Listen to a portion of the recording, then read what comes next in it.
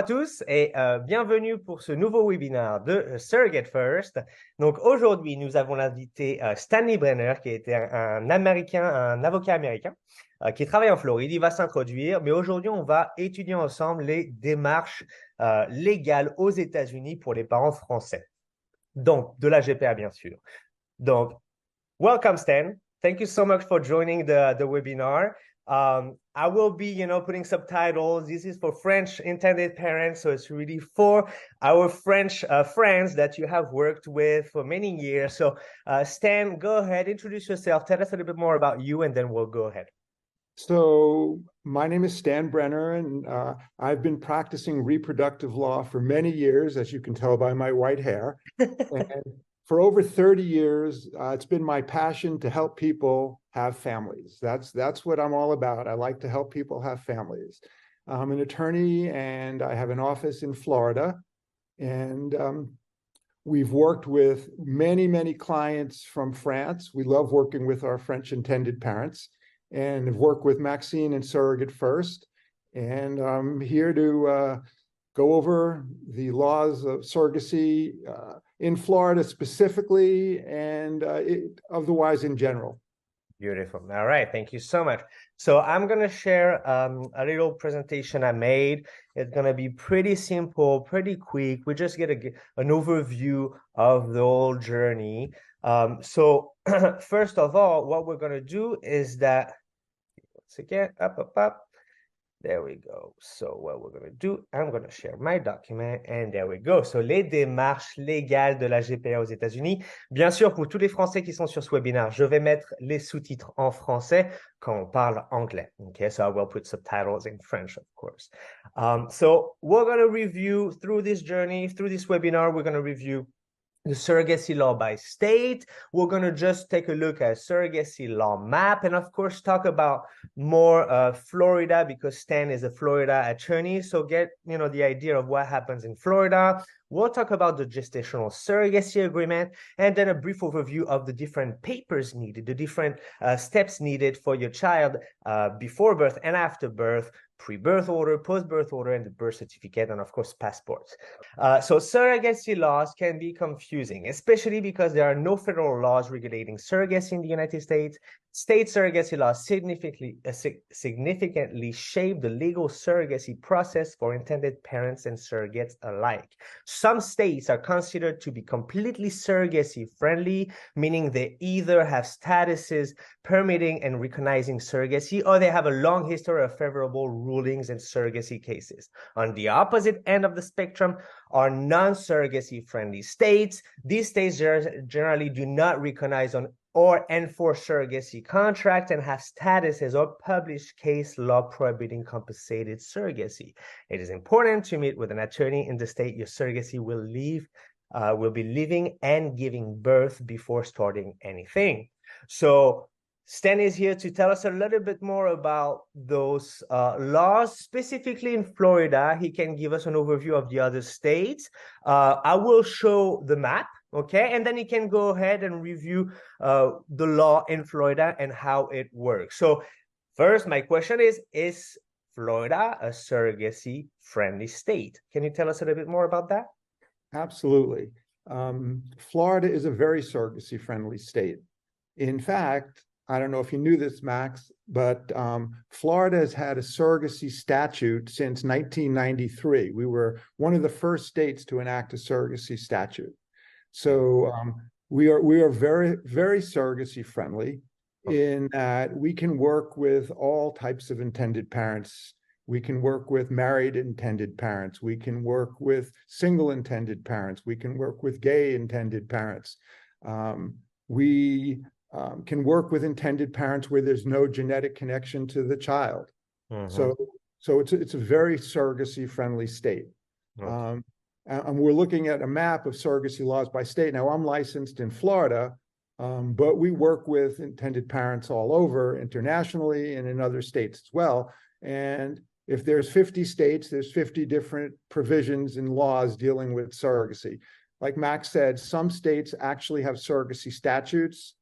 Other states have case law that dictate how to proceed in a surrogacy matter.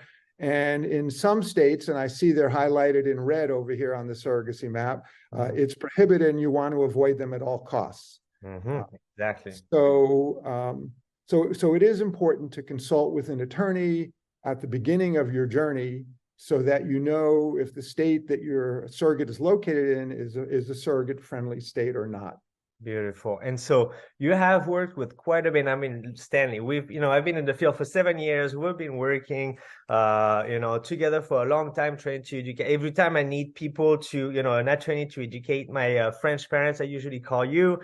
So you've worked with a lot of French intended parents. Do you want to tell us a little bit more about your experience? You said that, you work with many different kind of couples, right? Single, heterosexual, homosexual. So tell us a little bit more about,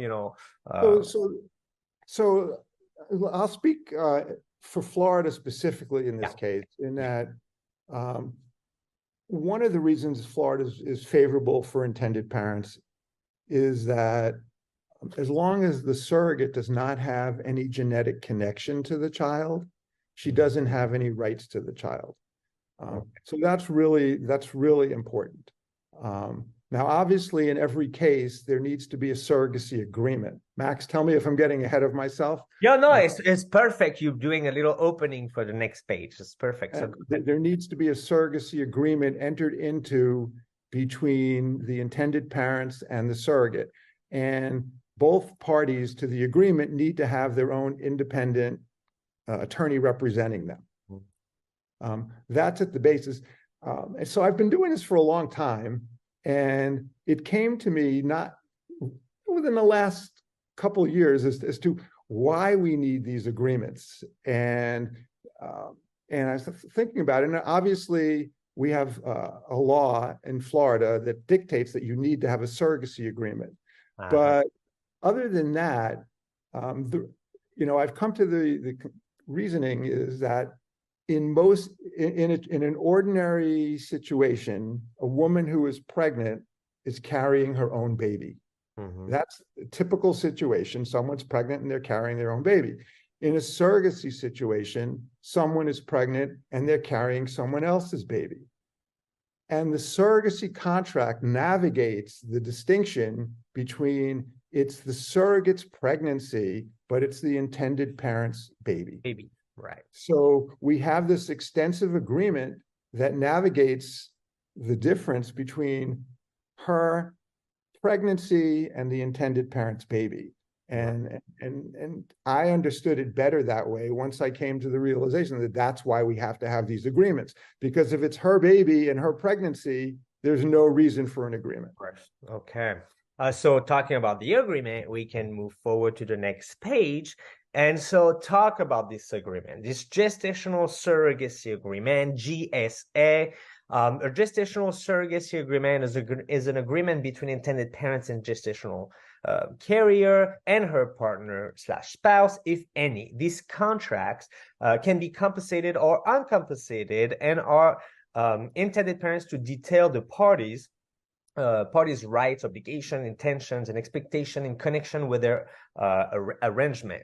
A comprehensive GSA always covers the parental rights and custody of the child, location of delivery, health insurance, other insurance obligations, payments of medical bills, all kind of different things that will, like Stan said, kind of give you the guidelines and the directions of the whole journey. So do you want to tell us, what is usually on an agreement? I listed some things here, but what are the terms that usually are added? And where do you find those terms?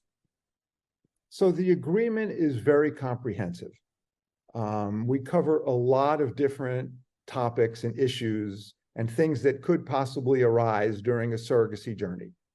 But to go through, and even when I do a consultation with intended parents who I'm working with, we can't go over every little detail because it's too extensive. So I think, obviously, from an intended parent standpoint, you want your surrogate to take care of herself, to eat healthy, don't do anything that would jeopardize her health or the health of the baby. That's obvious.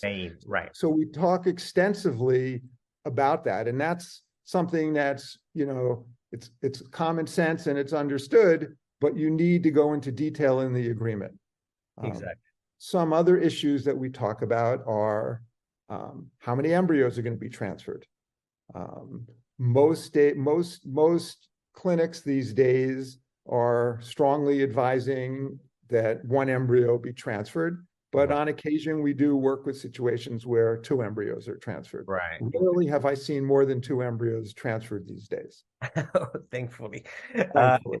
And so what about, so, you have all those terms of the surrogacy agreement. Have you ever seen any issue past that?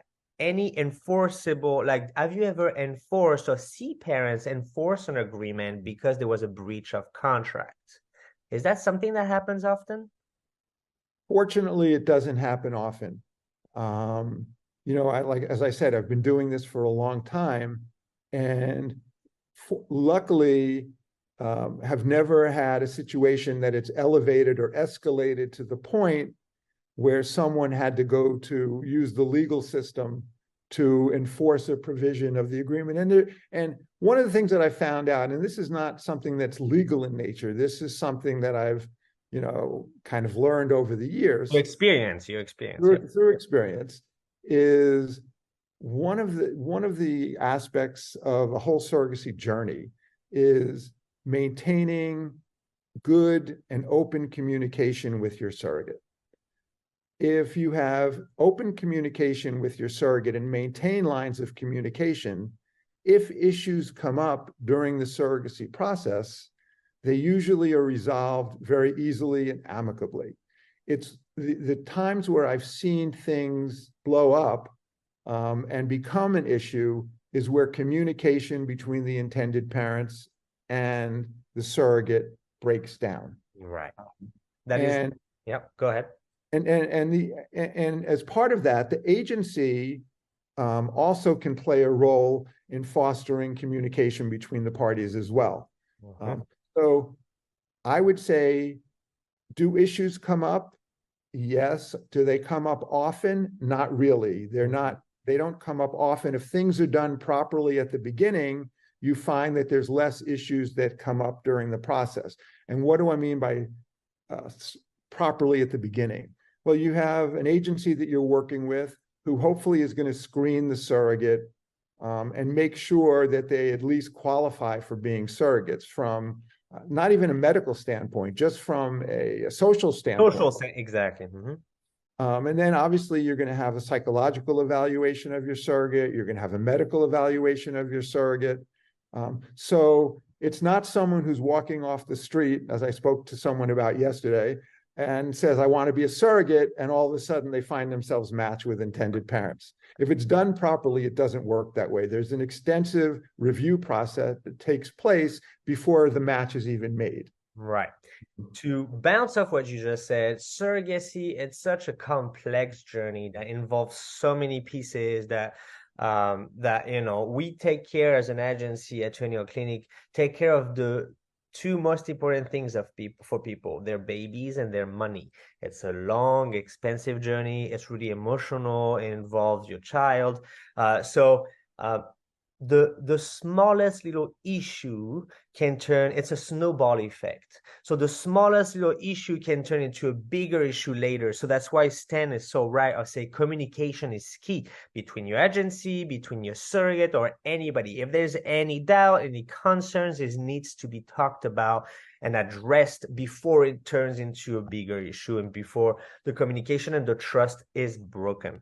So that's something that is really important, and I'm glad that Stan talked about it. Another thing that is on the agreement, and we'll talk about that because we know the US, different state, is the abortion law, right? In the US, the Roe v. Wade, 1 or 2 years ago, was over, how did they do exactly? What did they do exactly? They overrode the law, or the law, they canceled the law, or what? They kind of what did they do exactly? And so the law for abortion is now per state. It's not federal anymore. It's like the states decide on. So tell me a little bit more about GSA terms of abortion on the GSA and the law in the US/Florida because you're in Florida. How did that, you know? Yeah, since the Supreme Court of the United States overturned the prior ruling of Roe versus Wade, which gave women the right to an abortion on a federal level. It was a federal right that women had to control their own bodies and destiny and determine their reproductive health. Right. The current Supreme Court decided to overturn that law, and now it's up to each state individually to come up with their own laws regarding termination of a pregnancy. Mm-hmm. And so it's really important to know what that law is in the state where your surrogate is located. Right. And it's also important to make sure that the issue is addressed thoroughly in your gestational surrogacy agreement. Right.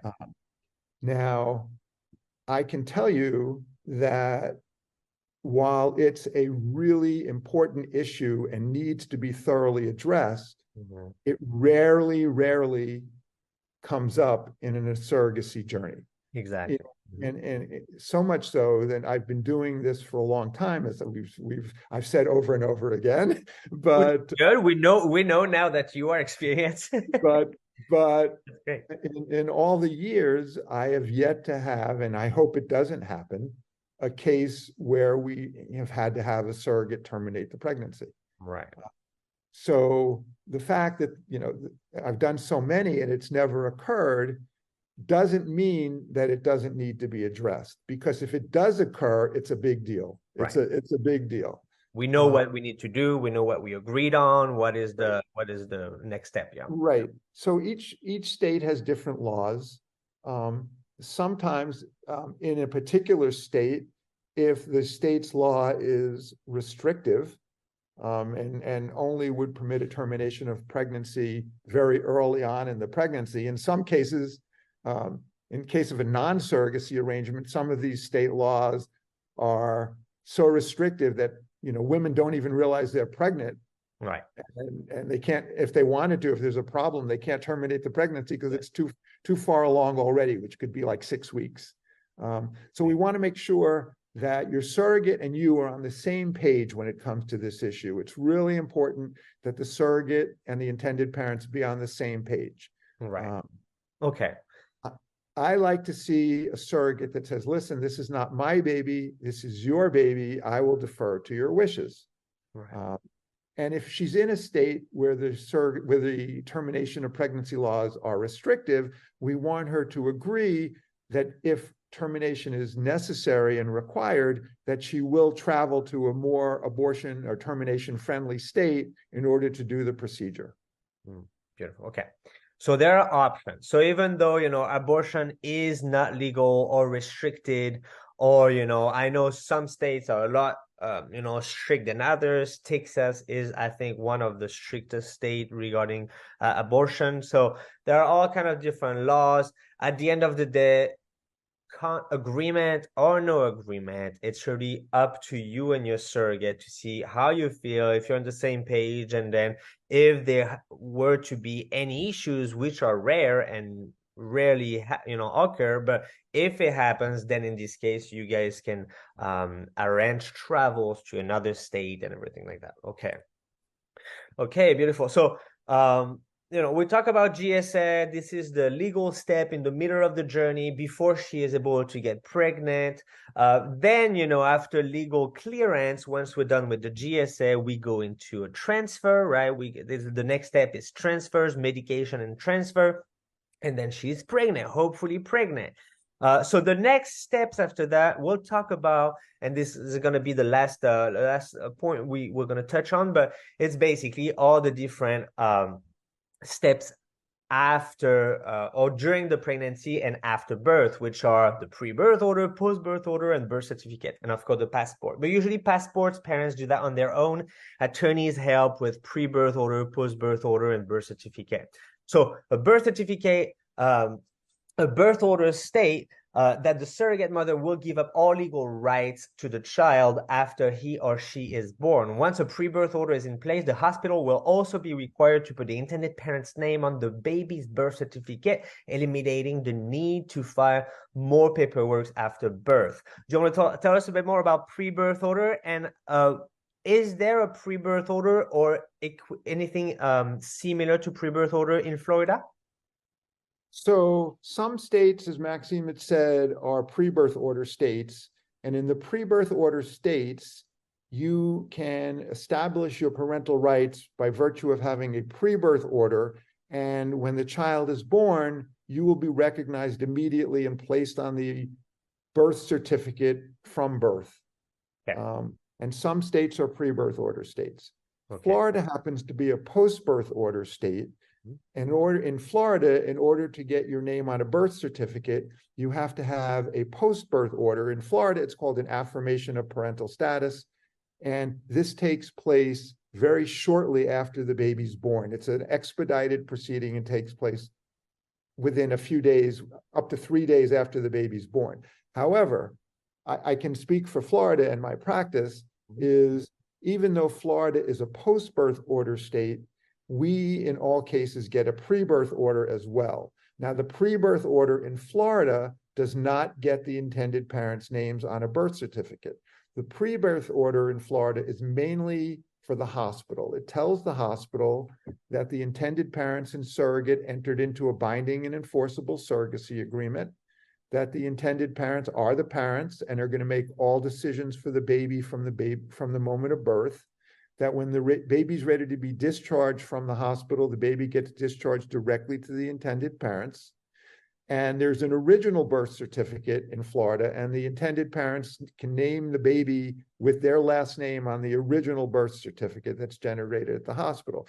The only thing that the pre-birth order in Florida does not do is it does not get intended parents' names on a birth certificate. Right. And so in order to do that, like I said before, we go and we get the post-birth order and get the intended parent's name on a birth certificate through a post-birth order. Beautiful. Okay, so a post-birth order is similar to a pre-birth order, except that it is obtained after the birth instead of prior to the birth.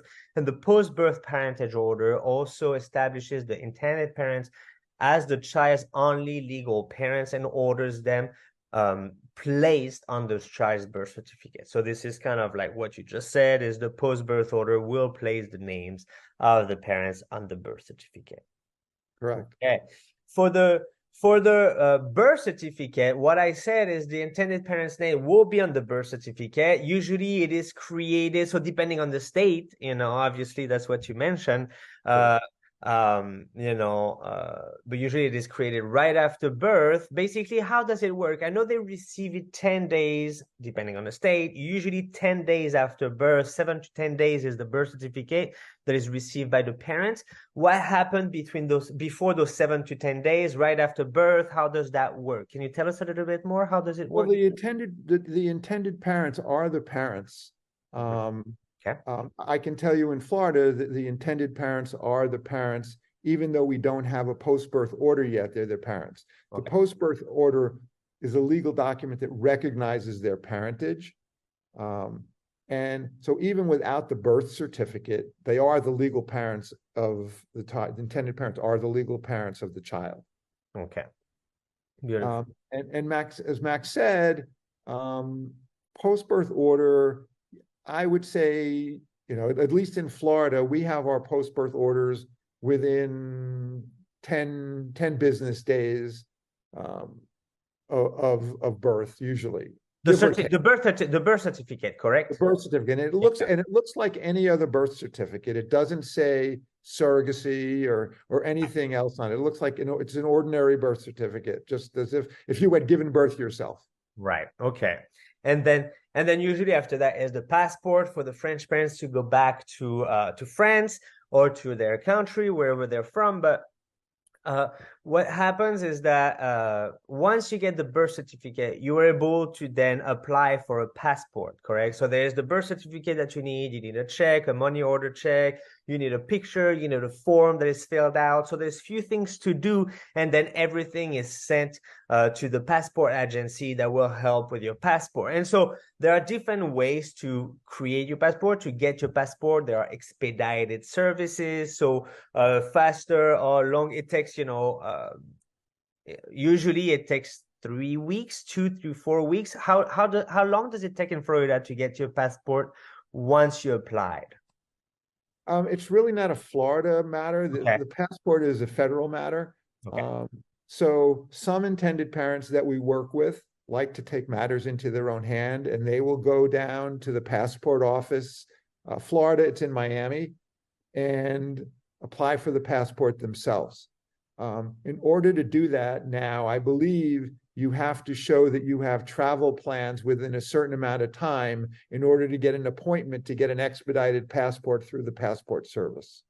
I think it's 72 hours. It's within 3 days. I believe it's 72 hours. Other intended parents use, as Max also said, a passport expediting service, and they will basically, you will send them the birth certificate, the final order, whether it's a pre-birth order or the post-birth order, and they will basically process the passport for you. And they charge different fees depending upon the length of time that it's going to take them. So the shorter the period of time, the higher the fee generally. Okay. But usually they can get you a passport within a week. Okay, so it can be pretty quick if you're in a hurry, or it could take longer. If you're not in a hurry, you don't want to pay as much, you have time, you want to spend time in the US with your baby, get the breast milk or anything, and just take your time over there, you could do that as well.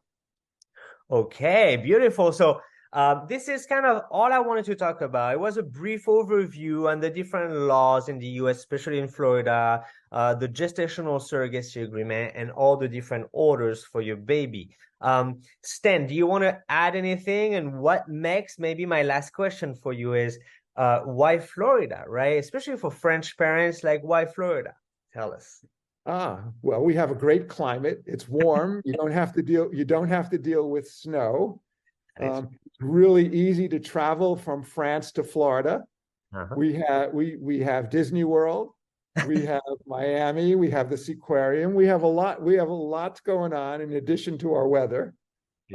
Plus, we have very favorable surrogacy laws. There you go. And you have Stan and Max. I am in Florida, so you are both of us in Florida, which is a big that goes without saying, of course. That's awesome. Okay. Well, thank you so much, Stan, for your time. I'll have you, I'm sure, in the next webinar, probably with a French attorney. I wanted to do that today, but it was a little early. Next time, we'll try to get Fabien Joly on the call, and we can kind of bounce idea of what is the best ways to bring your child back, and the different papers, and kind of like what matters for French parents. Okay? Really? Okay. Thank you, Stan. Thank you, Stan. Merci beaucoup, Maxime. Merci beaucoup. That was a pleasure. Merci à tous, en tout cas, pour avoir regardé ce webinaire. Thank you, Stanley Brenner, again for joining us, and we'll talk to each other soon. Have a good day. Bye. Thank you so much. Bye. Bye.